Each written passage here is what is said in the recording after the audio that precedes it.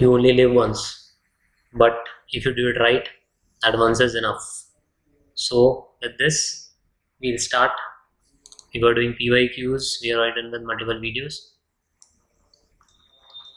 and if you haven't watched previous, we can go and watch those as well.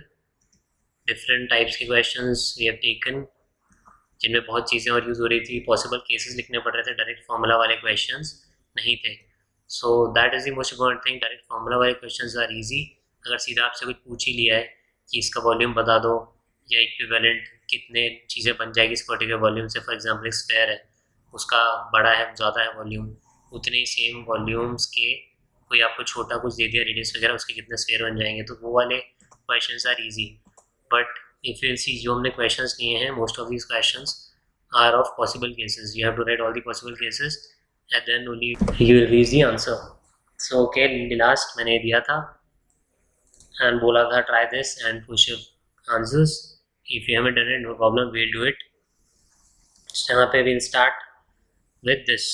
What is the middle term of the sequence z z y y y x x x x 4 times w and so on. Okay, and हमें बोला है middle term क्या होगा इसका, H I जे या M. Okay, तो आपको दिख रहा है पैटर्न ये चल रहा है, जी 2 बार, वाई 3 बार, ए कितनी बार होगा, फर्स्टली 27, राइट. 26 तो वैसे ही है, पर जी 2 बार है, 1 से शुरू नहीं हो रहा जी, तो इसलिए ए भी 27 होगा, 26 टाइम्स नहीं होगा. ओके, नाउ हमें पहले देखना है कितने टर्म्स हैं इसमें, ठीक है, कितने हैं ये लेटर्स. फर्स्टली तो वही देखना है. अब वो कैसे देखेंगे, ये है कितना, वेट, जी है 2, नंबर ऑफ टर्म्स देखना है तो जी है 2, नंबर की बात कर रहा हूँ मैं.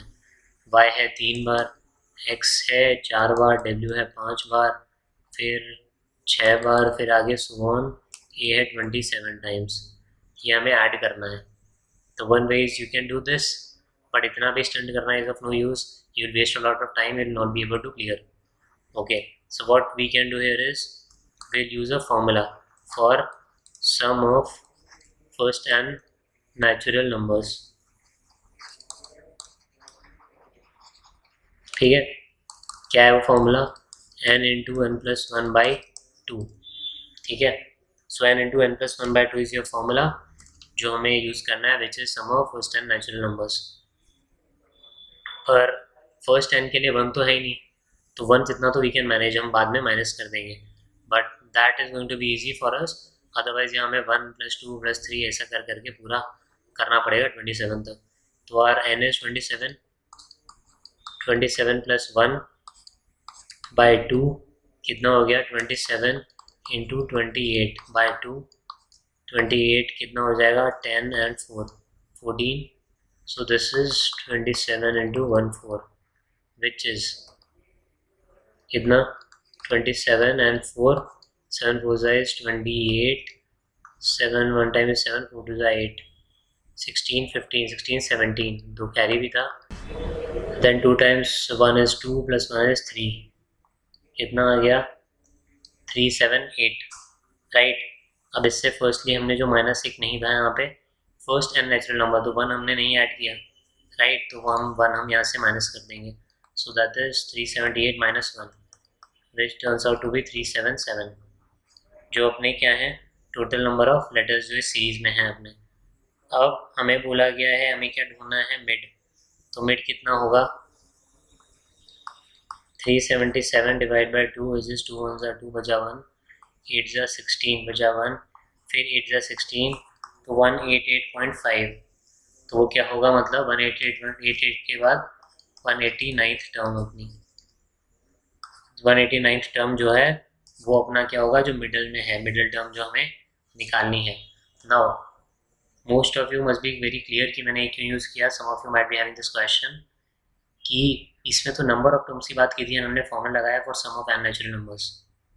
The reason is number of terms की हम बात करें तो कितनी नंबर ऑफ टर्म्स हैं यहाँ पे, 2, then number of terms is 3, then number of terms is 4, then number of terms is 5, और इन्हें हमें ऐड करना है.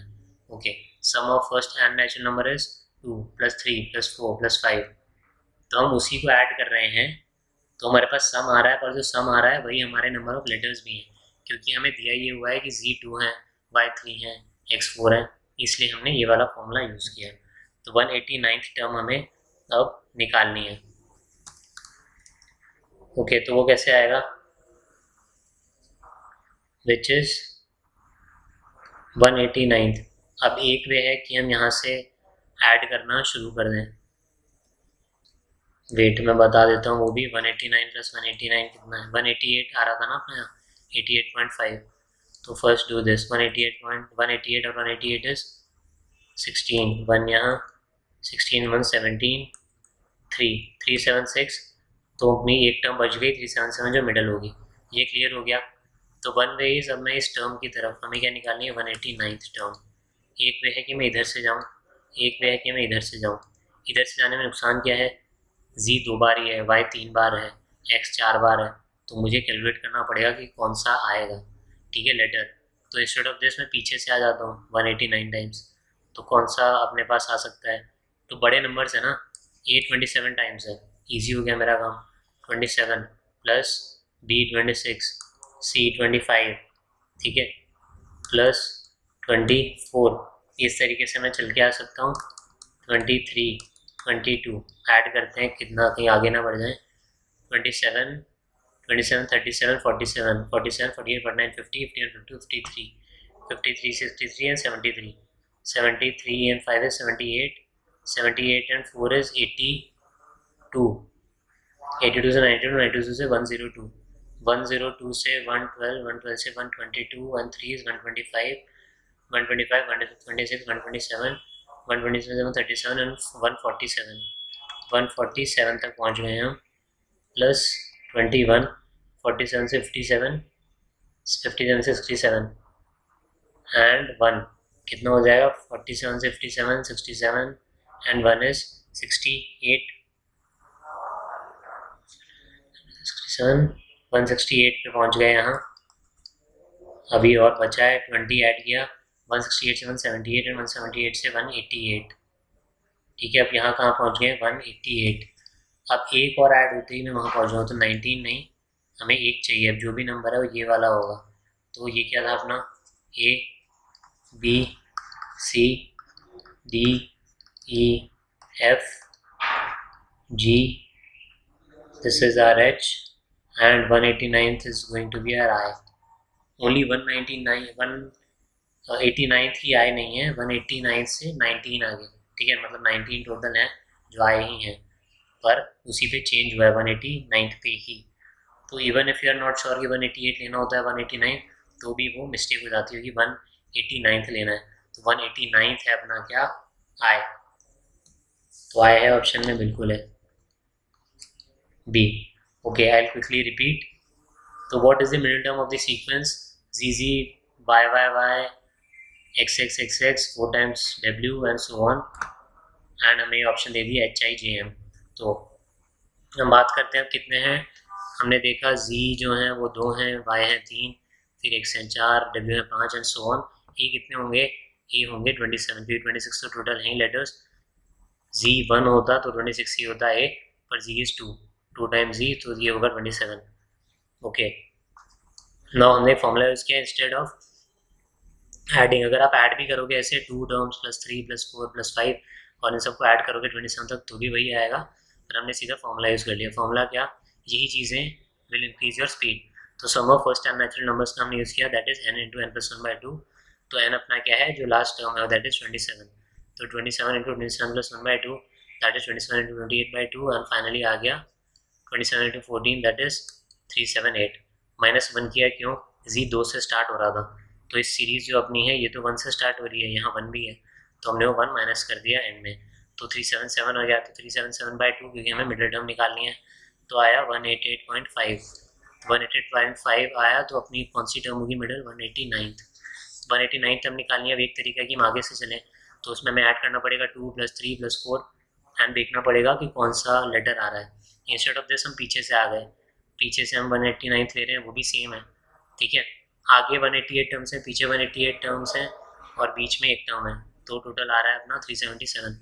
तो हम पीछे से आए, ये कितना था 27 times, B 26 times, C 25 times and so on. हम पहुंच गए जब हमने 20 टाइम्स H था, उसके बाद जैसे ही आएंगे हम अगली टर्म पे which is are 189th term, तो हमारा आ जाएगा I and that's why I is our answer. Let's move ahead. Question is P greater than Q? Statement 1. Okay, and statement if is P greater than Q, statement 1 is P into Q is greater than 0. Statement 2 is P square is greater than Q square. Which of the following is correct in respect of the above question and statement? The question can be answered by using one statement alone but cannot be answered using other statement. Okay, the question can be answered by using other statement alone, either statement alone. The question can be answered by using both the statements together but cannot be answered using either statement alone. The question cannot be answered even by using both the statements together. Okay, so this is again possible cases आपको लेने पड़ेंगे. Possible values is P greater than Q. P into Q is greater than 0. अगर P अच्छा P into Q is greater than 0 बोला है, मतलब P cannot be 0 and Q cannot be 0. But so if P cannot be 0 and Q cannot be 0 and we have is P greater than Q, तो कोई शर्त ही नहीं है. P and Q is greater than 0. For example, P is 3, Q is 2.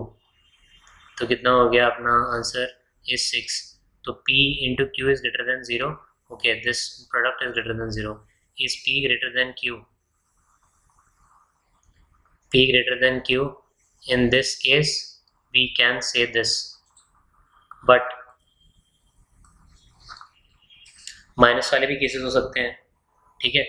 तो we can not answer this. -2 into -3 भी 6 आ जाएगा, ठीक है. बट -2 -3 में -2 क्या है? -2 P है.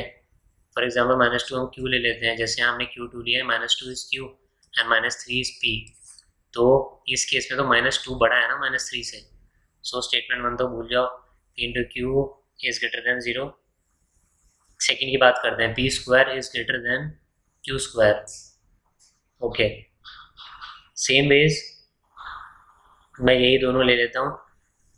P मैंने लिया है फॉर एग्जांपल 3, Q लिया है मैंने for example 2. Okay, so now P square is greater than Q square. P is greater than Q for sure. P square भी Q स्क्वायर से बड़ा होगा, क्यों? 9 and 4. Okay, but what if मैं same case कर दूँ, P is -3 and Q is -2. अब P बड़ा है Q से? नहीं. अब Q बड़ा है P से. पहली चीज़ यहाँ गड़बड़ हो गई. और क्या P स्क्वायर बड़ा है? तो P में स्क्वायर बड़ा है, क्यों? माइनस माइनस होगा तो 3 3 ज़ा 9, 2 2 ज़ा 4. तो P स्क्वायर Q स्क्वायर से बड़ा हो जाएगा, पर P Q से बड़ा नहीं होगा.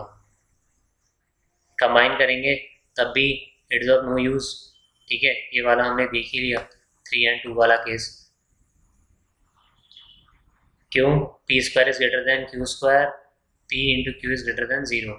Is P greater than Q? No surety. तो अपना ए स्टेटमेंट भी नहीं हो सकता, अलोन नहीं हो रहा है. इधर स्टेटमेंट तो हो ही नहीं रहा अगर ए अलोन ही नहीं हो रहा है. And we answer using both the statements together. No, there is no surety. Minus वाले केस में गड़बड़ हो गया ना, जब हमने माइनस में ले लिया P और Q को, और हमें ऐसा कुछ कहा नहीं था यहाँ पे कि पॉजिटिव इंटीजर ही होना चाहिए P और Q. अगर दिया होता तो चीज़ें अलग होती, पर ऐसा हमें कुछ दिया नहीं था. The question cannot be answered even by using both the statements together. So this D is our correct answer. Alright, very basic logical question. In question में you can save time. बहुत ज़्यादा एक्सप्लेन करने को नहीं है. आपको बस चाहिए, एक आपको चाहिए पुट करनी है एक वैल्यू. एक ट्रायल केस आपने लिया, बस प्रूव करना है गलत, and then you can move ahead. Question is P plus Q minus R greater than P minus Q plus R, where P, Q and R are integers. Statement 1, P minus Q is positive. Statement 2, P minus R is negative. Which one of the following is correct in respect of the above question and the statement? The question can be answered by using one of the statements alone, but cannot be answered using the other statement alone. Can be answered using either statement, can be answered using both the statements together, or cannot be answered both को भी लेके साथ में, even by using both the statements. So try this, post the answers, In the next, we start with this question.